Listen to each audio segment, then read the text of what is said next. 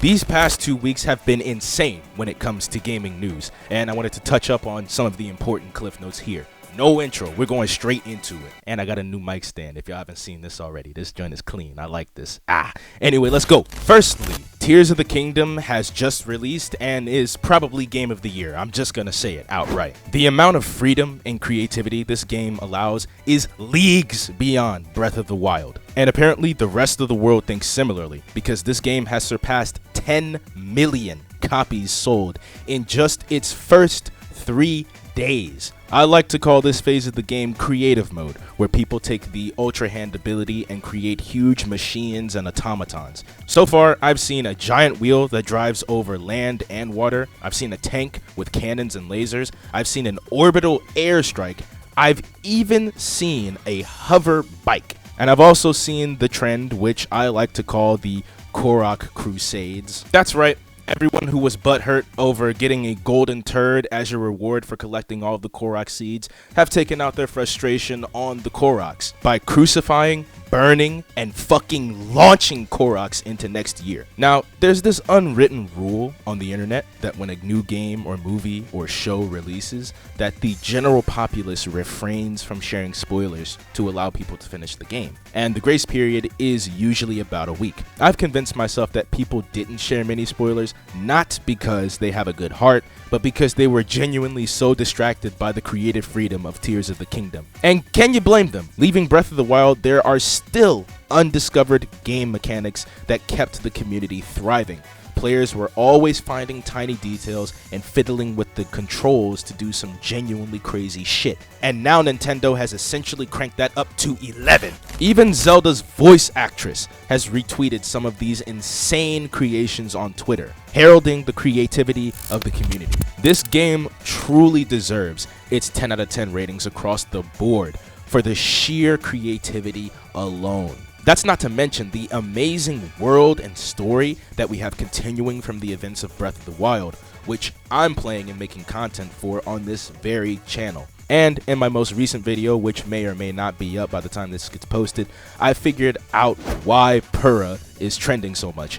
And I gotta say, she's the new Zelda waifu for the foreseeable future.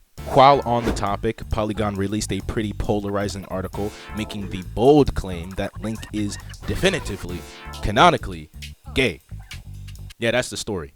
This has raised some contention online as people scramble to either side of the argument. Look, I'm gonna make this short and sweet. His name is Link. He serves as a direct link between you and I, the players of the game, to the world and the story of the game, the experience. In other words, I believe that whatever you believe is completely up to your personal interpretation. We can both see Link and think completely different things, and that's okay. Moving on. I also wanted to point out, for some of you who may not have known this, that Tears of the Kingdom released on Etika's birthday. Etika was an online personality who committed suicide in 2019 due to online harassment. He was a huge Nintendo fan and such a great personality, even to the point where Nintendo employees were actually fans of his content. This may be a sensitive topic, but do you know what Nintendo's overall thoughts on Desmond Amofa or Etika were? Yeah. Since he was the self-proclaimed Nintendo bad boy and also made the Joy-Con part of his brand with Joy-Con boys or Joy-Con men. Also, there was a lot of unfortunate controversy surrounding him in 2019. And since he had the leaked Nintendo Switch before the Switch came out. A lot of people ask us about the leaked Nintendo Switch. That was really not a thing at Nintendo. It really wasn't a thing. Like people somehow did not know about that. A lot of people were into Etika, and a lot of people were crushed when he passed. So obviously sad. Not something, he was not entirely on brand, but he was inspirational for a lot of people. And his stuff was one of a kind. So he had a pretty big and dedicated following within Nintendo. Totally.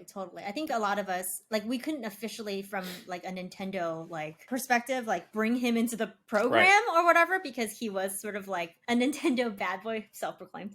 I think it's great. But his creativity and just his passion was something that we all looked to as a source of inspiration. And yeah, even just right now we're talking about how we were inspired by Etika to do the heart rate monitor scary games thing. So Right. we're still inspired by Etika's creativity. So yeah, it was so sad. Yeah.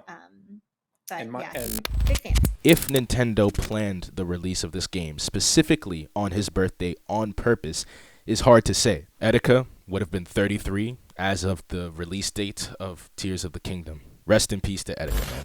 Moving on, we got some pretty major news about Splatoon 3. Splatoon 3's next season, the Sizzle season, is incoming and introduces a brand new map, a returning Splatoon 2 map, and 2 brand new weapons for the Brush and Blaster classes. The Brush class hasn't seen a new weapon ever. Splatoon 1 introduced both the Ink Brush and Octo Brush, and since then we've only ever gotten kit variations. This class has been in desperate need of a new weapon, and the new Blaster is based on the Nintendo Super Scope, and it features 2 firing modes, much like the Squeezer. In the air, the Blaster will have shorter range, and on the ground it will have longer range. In addition, we got several new weapon kits for existing weapons, including the Splatana, one of my all-time favorite weapon classes, and the newest weapon class alongside Stringers. We also got to see some new emotes, as well as what looks to be a new tag team emote where you can interact with other teammates. We got the introduction of a whole new mode, what seems to be an arcade mode, where maps and modes will have certain twists completely unique and separate from the normal ranked experience. Think of Overwatch's arcade mode. As for what exactly these twists will be, we'll have to wait and see. But the general consensus is that this looks fun, and is yet another limited time event, and it's going to straight up replace the normal league battle formula. My God, we were so close to getting league battles back just to have them tampered with. Anyways, lastly, we got a new Salmon Run map, and we're probably getting an announcement of Big Run later this week after this episode gets recorded. So be on the lookout for that. Something else I noticed is that the Inklings and Octolings were walking around the stage without weapons, which makes me think Nintendo may implement a weaponless recon for stages. Next up, after months and months of denying it, Ed Boon has finally announced the next NetherRealm game, Mortal Kombat 1, a reboot and continuation for Mortal Kombat 11, featuring what seems to be some of the most prominent faces in Mortal Kombat history, redone and remade in Fire God Liu Kang's rewritten timeline, where he apparently promises that each person can choose between peace, bitter rivalry, and all-out war. Based on the trailer, it seems like Shang Tsung is going to be the villain of the story, but nothing is confirmed yet, at least not to my knowledge as of recording this episode. One thing is for certain, the visuals for this trailer are some of the prettiest I think I've ever seen. Seriously, not even Twitter compression could hold back the pixels of beauty and gore that come through the screen. Truly a spectacular and violent showcase of the next Mortal Kombat, set to release September 19th of this year. Mineplex, one of the biggest Minecraft servers of the 2010s, finally met its end. The server has officially closed. Those of us who watched content creators or played the servers ourselves are grieving. While this won't mean anything for the long-term life of Minecraft, it is an unfortunate outcome for the thing that instigated some of the biggest communities in Minecraft. You will be missed. And it's kinda odd that Mineplex died in the same week as Overwatch 2, but we'll get to that. Additionally, we got a State of Play from PlayStation, where we finally got to see some gameplay for Spider-Man 2 releasing on the PS5. This joint looks pretty, my God! As well as a bunch of cool indie games set to release over the next few months and into next year. And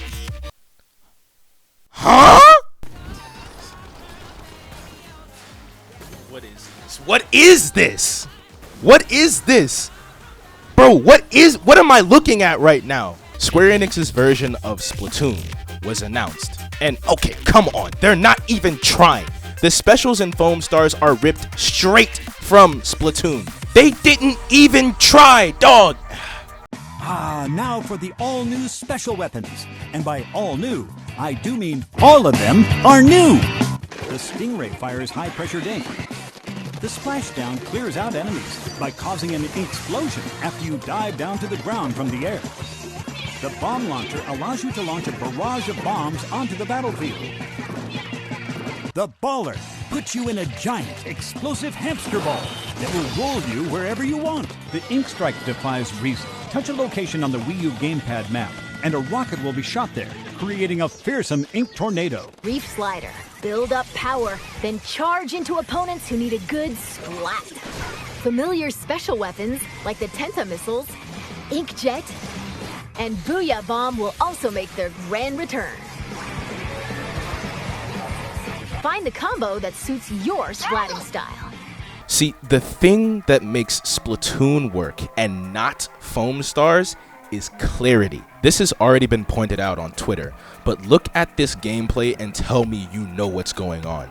Splatoon leaned hard into clarity, making the character models bigger, making the hair match your current paint or ink color, and making outrageously large weapons and clothes to see everything clearly. Splatoon specifically makes sure to separate the ink colors enough so even colorblind people can tell the difference. And the user interface is much, much less noisy. No health bars or stats, just a meter, heads-up display, and some communication in the bottom. This is too busy and not at all clear. Anyways, moving on, we also got... Okay, nah! Tears of the Kingdom must have done something to PlayStation, because this... They saw the sales and ratings of Tears of the Kingdom and decided to copy the Switch's whole flow. This is in direct violation of the 4 golden principles our boy Etika laid out during his streams. There is a set of code that accompanies this YouTube channel in every action it does. No bitch niggas, no snitch niggas, no Twitch niggas, and no fake Switch niggas. Get back to me on that last one. I still don't know what the fuck it means. If you are a member of this YouTube channel, you live by these laws. What happens when we find not just an individual or group or an entity? We find an entire company of nothing but bitch-made niggas. You know what we do? Backhand, pimp style, nigga action.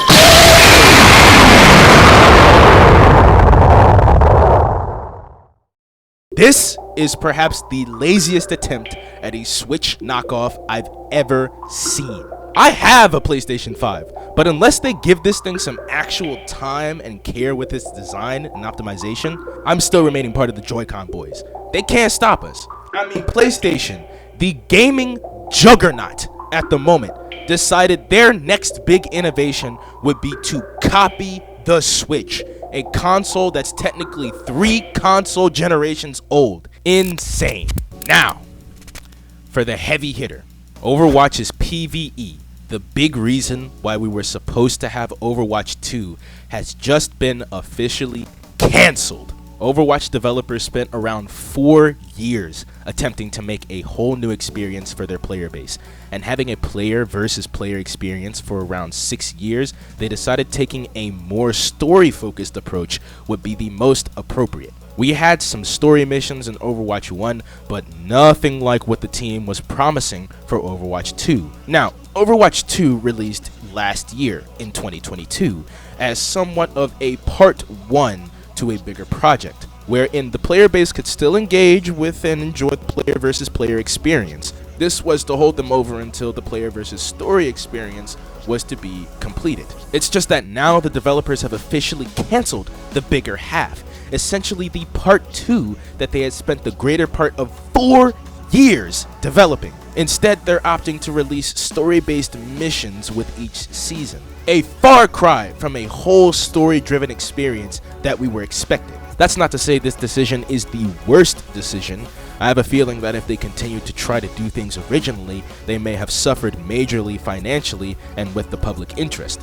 With this kind of media, if you take too long to deliver, people stop caring, and if people stop caring, nobody picks up the game when it releases. We saw this with games like Bendy and the Ink Machine and Hello Neighbor, which had thriving fan bases while the games were being updated and developed, but overall had much less traction upon final release. Not because the games were bad, but because by the time they were fully polished, people had seen enough, and they had moved on. The games simply became irrelevant, which is not what any of us want for Overwatch 2. That said, I am among the many who are disappointed. The game will still be free to play, the battle passes will still operate mostly the same as before as far as I know, and there will still be a lot of PvE content, supposedly. It's just that this big part 2 that everyone was rubbing their hands together about is unfortunately no more in the way we originally expected it. So, who's to blame for this decision? I'll let a more experienced Overwatch source speak on this. But they did something incredibly shady here that I do not want to forgive them for. In the GameSpot interview, they're asked, how did they come to this decision? Aaron Keller says, yeah, this was a process. It was about a year and a half ago that we made the decision to really shift strategy. A year and a half ago? Hold on a second. That's when we rapidly shifted the resources on our team to work on launching Overwatch 2, and that came out last October. But at the same time, we came away from that first experience with a new value for developing Overwatch. As we were running up to launching Overwatch 2, we realized that we could not build that other game. So that's before October, guys. Before the release of Overwatch 2, they made this decision that the other game was canceled. That's what he's saying. We couldn't save up all that content over the course of what was looking to be at least the next several years to finish it. And by doing that, pulling more and more resources from the people that were all playing our game and all the people that would be playing Overwatch 2. So we made the decision later last year that we would focus all of our efforts on the live running game and all of our PvE efforts on this new story arc that we're launching in Season 6. Okay, so we knew it was going to be cut up into parts, but we didn't know that it was like 90% scrapped from its original vision. They knew this and didn't tell us until now. All they said at the launch was that we'll talk about PvE in 2023. We didn't know it had changed at all, other than obviously the distribution model would be different. So they collected up all those battle pass dollars, all those skin dollars, and I feel like it's been a massive bait and switch, because you could have told us that then, but it would have hurt the early burst of money they were going to gain for Overwatch 2. So many Blizzard fans assumed that those microtransactions were going to be going to build something bigger and better, supporting the developers. Meanwhile, in the back, they already gutted all of the RPG components they originally sold us on. The reason why the game deserved the 2, remember? Because it was this entire separate game. They canceled the separate game. This makes the whole like Overwatch 1.5 criticisms even worse, because now we're only getting bits and pieces of that original vision. And is that stuff going to be behind a paywall? I bet it is. Really sad the unreasonable positions Activision Blizzard management puts their devs in. Worse yet, they have to be the public-facing voices to overpromise to take back a news cycle, then apologize when they can't deliver on the pipe dream they were told to chase with insufficient resources. Guys, these devs aren't dumb. When dumb things come out of their mouth, it isn't because they're dumb, it's because that's the best thing that they can say publicly, okay? They're explaining in the GameSpot article like they're just realizing how much a different game costs to make. Like it just dawned on them, like, wow, having one team to make 2 games at the same time doesn't really make much sense, does it? Yeah, they all knew that every step of the way. They're the ones making it. The ones to blame here are the greedy businessmen who want to have the maximum profit with the minimum amount of investment into their team. And I think I speak for everyone when I say that it's time for Bobby Kotick to go. I mean, there's a million other reasons besides this one, obviously, but what is he even good for? The guy gets the credit for churning out Call of Duty titles like he's a mastermind genius behind rehashing content. But that wasn't what Blizzard was ever supposed to be about. And I speak as a fan who was a fan of Blizzard as a young child through teenagehood into adulthood. So those competing forces in the company really sicken me. But I am inspired to see them make the tough decision of scrapping overly ambitious ideas that they can't execute on to instead make something they're proud of that's smaller in scope. I think we can still have an awesome Overwatch 2 in our future, but we're going to have to wait and see. And that's going to do it for this time. A lot of new information to take in, but you guys know what's next. E3 season is coming up. That state of play was the first little taste of it, but we still need to hear from Nintendo and Microsoft. Only time will tell where we're going for the rest of this summer. But with that, I'm gone.